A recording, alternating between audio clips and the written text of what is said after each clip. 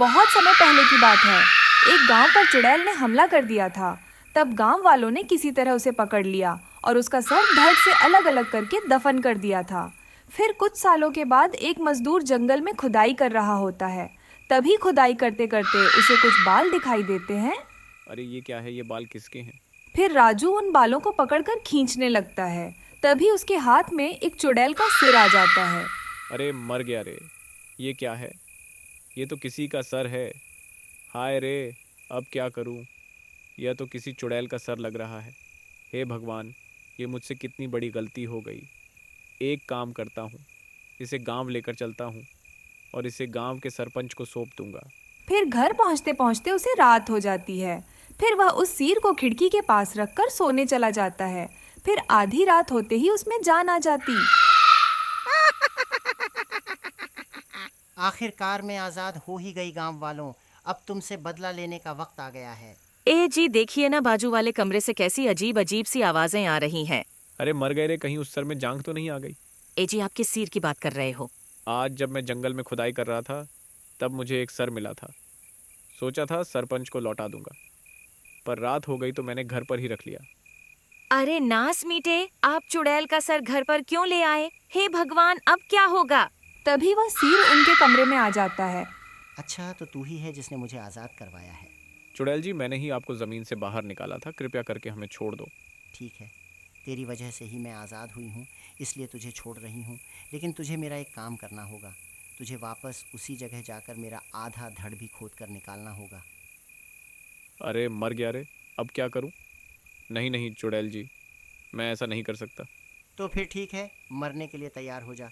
मैं सबसे पहले तेरी पत्नी का सर खाऊंगी, फिर उसके धड़ पर अपना सर लगाऊंगी। नहीं नहीं, चुड़ैल जी रुक जाए। ए जी, आप जल्दी जंगल जाओ और इस चुड़ैल का धड़ खोद कर इसे दे दो, नहीं तो मुझे मार देंगी। नहीं चुड़ैल जी, आप ऐसा मत कीजिए। मैं अभी आपके साथ आता हूँ और आपका धड़ ढूंढ कर देता हूँ। फिर वह कटा हुआ सिर और राजू आधी रात को जंगल में जाते हैं। फिर उसी जगह पहुंचकर धड़ की तलाश शुरू कर देता है। वे बहुत देर तक खुदाई करता है। फिर उसे वह धड़ भी मिल जाता है। चुड़ैल अपना धड़ देखकर खुश हो जाती है। तभी राजू वहां से भाग जाता है। फिर वह कटा हुआ सर उस गंधे में चला जाता है और देखते ही देखते पूरी चुड़ैल गंडे से बाहर आ जाती। गांव वालों, अब मरने के लिए तैयार हो जाओ। फिर राजू भागता भागता सीधा सरपंच के घर पहुंच जाता है। अरे सरपंच जी, दरवाज़ा खोलो, अनंत हो गया है। वह सर कटी चुड़ैल वापस आ गई है। फिर सरपंच अपने घर से बाहर आता है। फिर राजू सरपंच को सारी बात बताता है। भगवान, ये क्या हो गया? हमने वो चुड़ैल के 2 टुकड़े किए थे। अब वह अपना बदला लेने वापस जरूर आएगी। हमें अभी के अभी कुछ करना होगा। तभी चुड़ैल जंगल से निकलकर गांव में वापस आ जाती है। ए गांव वालों, कहाँ छुप कर बैठे हो? तुम लोगों ने मेरे 2 टुकड़े किए थे, अब बदला लेने का समय आ गया है। गांव वाले चुप चुप कर उसे देखते रहते हैं। फिर चुड़ैल अपने शिकार की तलाश में गांव की गलियों में घूमती रहती है। सरपंच जी उधर देखिए, ओ चुड़ैल गांव वालों की तलाश में इधर उधर घूम रही है। अगर उसे कोई गांव वाला मिल गया तो ये उसका सर धड़ से अलग कर देगी। किसी के पास कोई रास्ता है तो बताओ, नहीं तो सुबह होने तक कोई नहीं बचेगा। अरे सरपंच जी, मेरे पास एक तरकीब है। हम इस चुड़ैल को पुराने वाले घर में कैद कर सकते हैं और मैं सुडेल का भोजन बनकर उस घर में जाऊंगा और सुडेल शिकार करने के लिए वहां पर जरूर आएगी। फिर इतना बोलकर भूमि भागकर उस घर के बाहर पहुंच जाता है और उस चुड़ैल को पुकारने लगता है। ए चुड़ैल, देख तेरा काल यहाँ खड़ा है। इतनी जल्दी भूल गई क्या? मैंने ही तेरा 2 टुकड़े किए थे। ये अच्छा हुआ जो तू खुद मेरे सामने आ गया। मुझे कब से तेरी ही तलाश थी। रुक, तुझे अभी बताती हूँ। फिर जैसे ही चुड़ैल भूमि के पास जाती है, भूमि भागकर घर के अंदर भाग जाता है और एक कोने में छुप जाता है। उस घर की छत पर राजू और मानव पहले से ही वहां मौजूद होते हैं। भूमि भाई, तुम घबराओ मत। जैसे ही चुड़ैल तुम्हारे करीब आएगी, हम तुम्हें ऊपर खींच लेंगे। फिर चुड़ैल भूमि का पीछा करते करते घर के अंदर घुस जाती है। अब मुझसे बचकर कहाँ जाएगा मूर्ख, अब तुझे नहीं छोड़ूंगी।